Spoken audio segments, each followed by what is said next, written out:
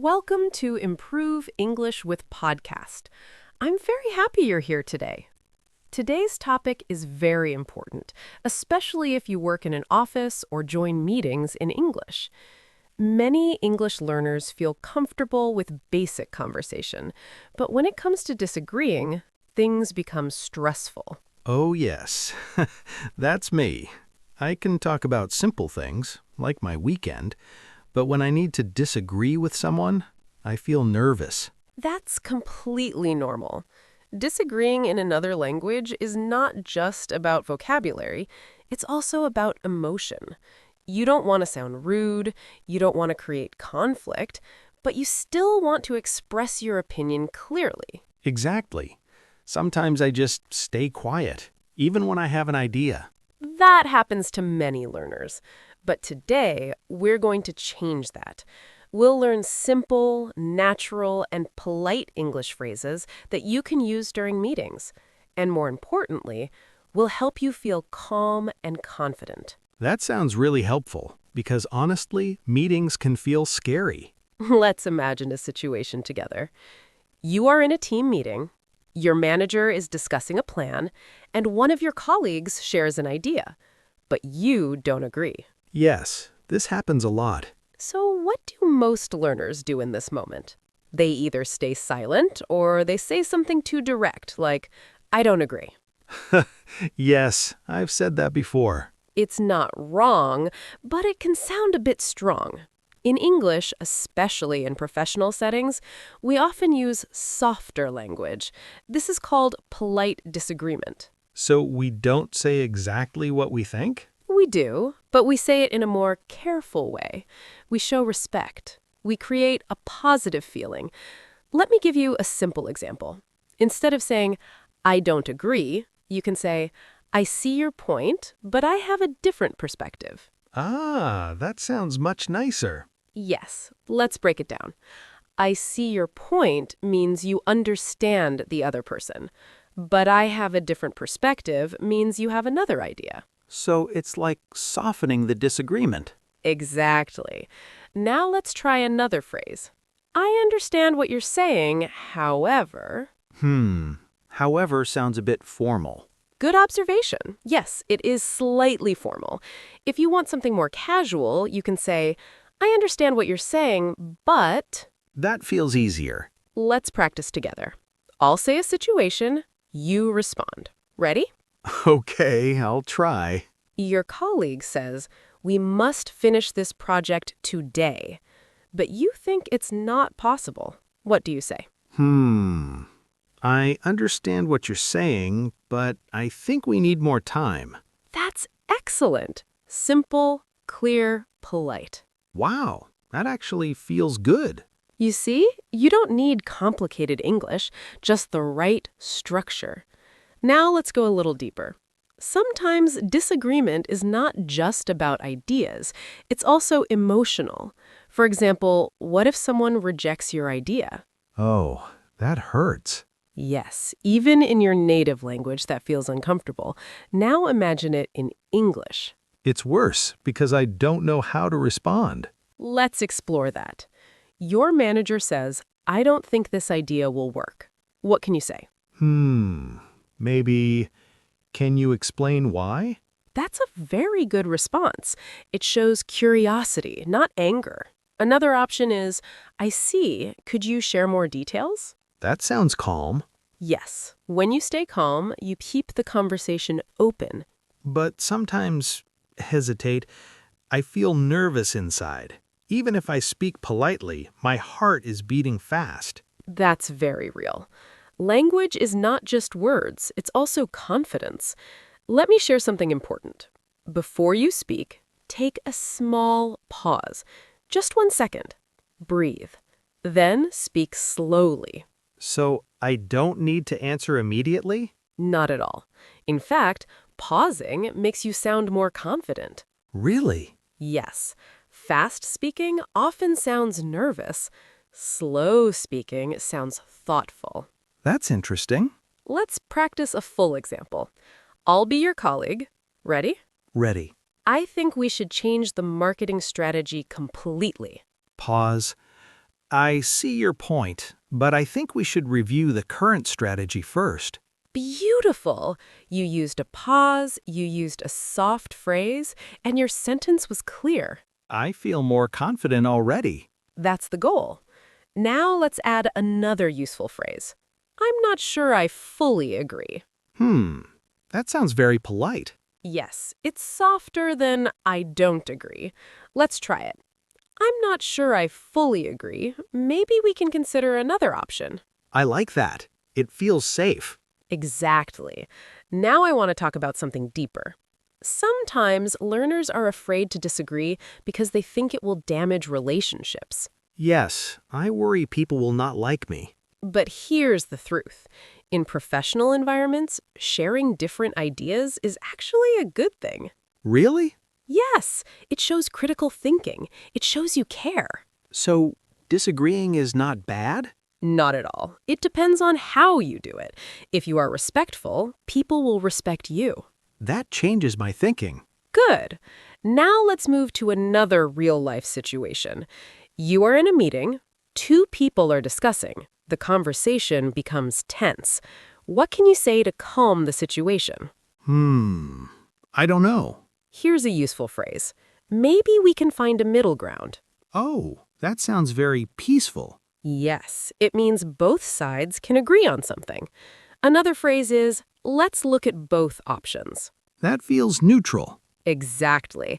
You are not choosing a side, you are helping the team. I like that role. Let's do a short role play. I'll be person A, you are yourself. Ready? Ready. We must finish this today. Maybe we can find a middle ground. We can finish part of it today and continue tomorrow. Very nice. You see how powerful that is? Yes, it feels like I'm helping, not fighting. Exactly. And that's the key idea today. Disagreeing is not about winning, it's about understanding. That's a big mindset change. And we're just getting started. Now let's explore one more situation. Sometimes you strongly disagree. Not just a small difference, but a big one. Oh, that's the hardest. Yes, in that case, you can say, I have a different view on this. Simple, but strong. Yes, then you can explain your idea calmly. Let's try it. I think we should reduce the team size. Pause. I have a different view on this. I think we need more people to meet the deadline. That was excellent. Clear, calm, professional. I'm starting to enjoy this. I'm glad to hear that, because confidence grows with practice, and today you are already improving. Thank you. I feel less afraid now. That's very important, because language learning is not just about grammar, it's about feeling comfortable expressing yourself. And in the next part of our conversation, we'll go deeper into real meeting situations. We'll practice longer conversations, and we'll explore how to respond when things become more difficult. I'm ready for that. Good. Let's continue building your confidence step by step. Let's continue our conversation. Now that you already know some polite phrases, we're going to move into more realistic meeting situations. These are the moments where many learners feel pressure. Yes, especially when people speak quickly or when there are many opinions. Exactly. And sometimes the conversation moves so fast that you don't know when to speak. That happens to me a lot. I have an idea, but I miss the moment. That's very common. So let's start with a simple but powerful skill: how to enter a conversation politely. Oh, that's important. Instead of interrupting suddenly, you can use phrases like, "Can I add something here?" Or, "May I share a quick thought?" That sounds very polite. Yes, it gives you space to speak and people will listen. Let's practice. You are in a meeting. Two colleagues are talking. You want to share your idea. What do you say? Can I add something here? Perfect. Now, continue. I think we should consider customer feedback before making a decision. That's excellent. Simple, clear, and confident. I like this. It feels natural. Good. Now let's move to a more challenging situation. Sometimes someone interrupts you. Oh, yes, that's frustrating. Yes, it can feel uncomfortable, but you can respond politely. For example, sorry, I'd like to finish my point. Hmm, that's direct but still polite. Exactly. Another option is, just a moment, please. Let me complete this thought. That sounds very professional. Let's try it. I will interrupt you. You respond. Ready? Ready. I think we should. Sorry, I'd like to finish my point. Very good. You stayed calm. That's the key. I think I usually just stop speaking, but this feels stronger. Yes, you are respecting yourself and others. Now let's explore another situation. You disagree, but you also want to support the person. Is that possible? Yes, it is. You can say, that's a good idea. However, we might also consider. Ah, so I first say something positive. Exactly. This creates a positive tone. Let's practice. I think we should launch the product next week. That's a good idea. However, we might also consider testing it more first. Excellent. This feels very balanced. That's the goal. Now let's go deeper into emotional situations. Sometimes a discussion becomes tense. People speak louder, they repeat their ideas. Yes, that feels stressful. In that moment, your role can be very important. You can help calm the conversation. But how? You can say, I think we all have good points here. Oh, that sounds very neutral. Yes. Then you can add, maybe we can take a step back and look at the main goal. That feels very calm. Let's practice a full situation. I'll play two people arguing, then you enter. Ready? Okay, I'll try. Person A, we must finish this today. Person B, no, that's impossible. I think we all have good points here. Maybe we can take a step back and look at the main goal. That was excellent. I felt like a peacemaker. Exactly. That's a very valuable skill. Now let's talk about something many learners worry about. What if you don't understand something in the meeting? Oh, that happens all the time. And what do you usually do? I just stay silent. You're not alone, but staying silent can create confusion later. That's true. Instead, you can ask for clarification.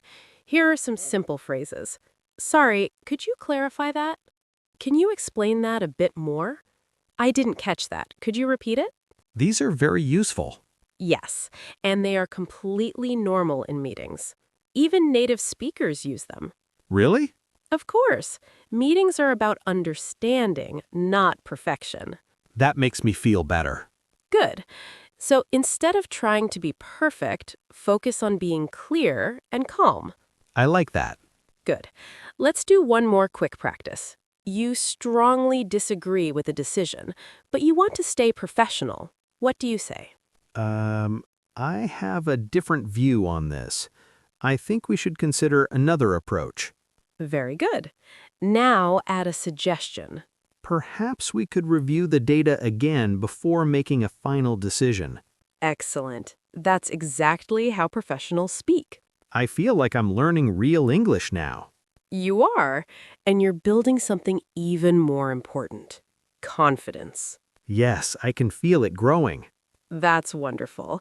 And now we're going to take everything you've learned and bring it into even more natural, real-life conversations where emotions, pressure, and quick thinking all come together.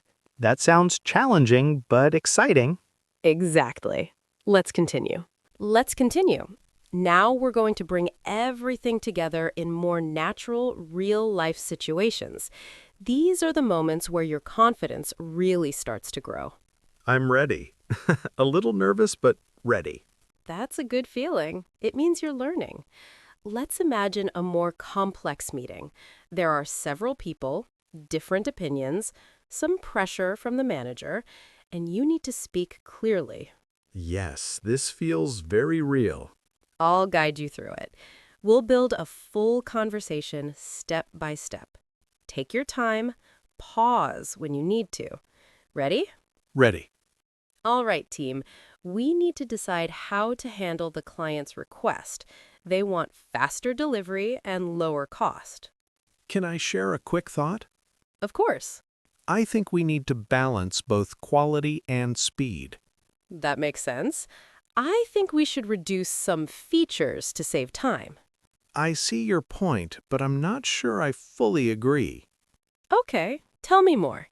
I'm concerned that reducing features might affect customer satisfaction. That's a fair point. Perhaps we could focus on the most important features first and deliver the rest later. That was excellent. I felt more natural this time.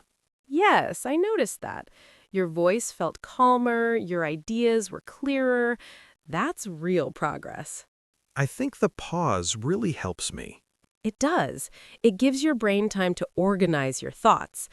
Now let's go deeper into a more emotional situation.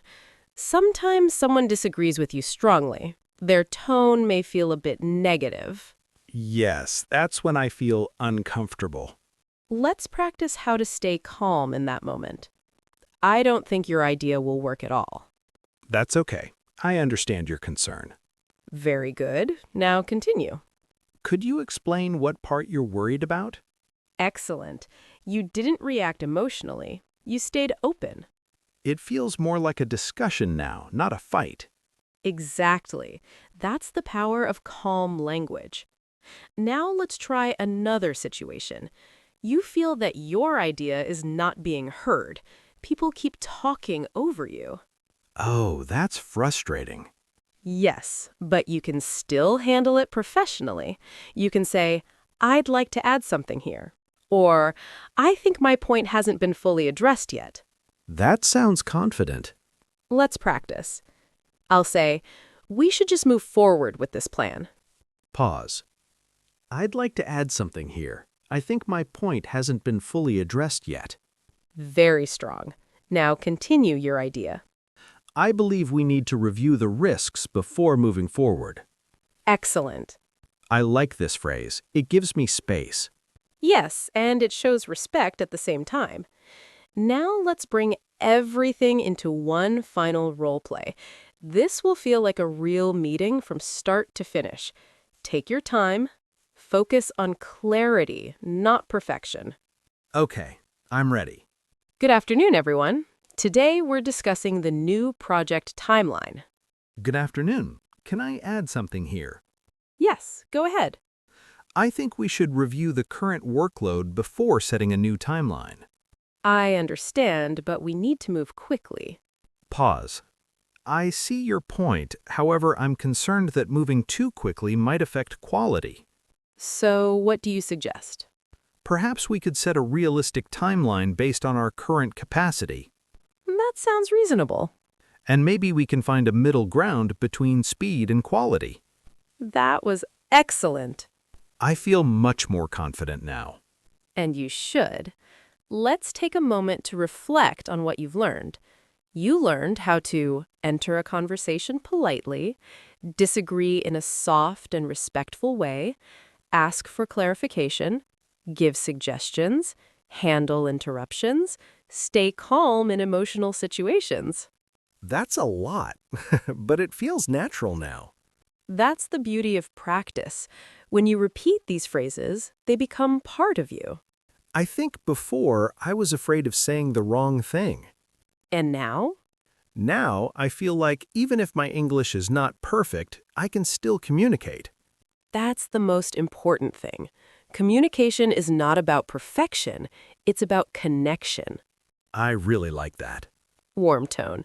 Before we finish, let's do one last short practice together. I'll say a situation, you respond naturally. Ready? Ready. Your colleague says, "This plan is the best option." Pause. I understand your point, but I have a different perspective. Perhaps we could explore another option as well? Beautiful. Now another. I don't agree with your idea. That's okay. Could you share more details about your concerns? Excellent. One more. We need to decide quickly. I see your point. Maybe we can take a moment to review the key details before making a final decision. That was perfect. I feel proud. And you should feel proud. You've taken a big step today. Thank you for guiding me. It's my pleasure. And to everyone listening, remember this. You don't need perfect English to have meaningful conversations. You just need calm, clear, and respectful language. Take your time, use simple phrases, and trust yourself. Yes, and don't be afraid to speak. Exactly. Warm tone. Thank you so much for spending time with us today on Improve English with Podcast. Keep practicing, keep growing, and most importantly, keep speaking. See you next time. Take care and stay confident.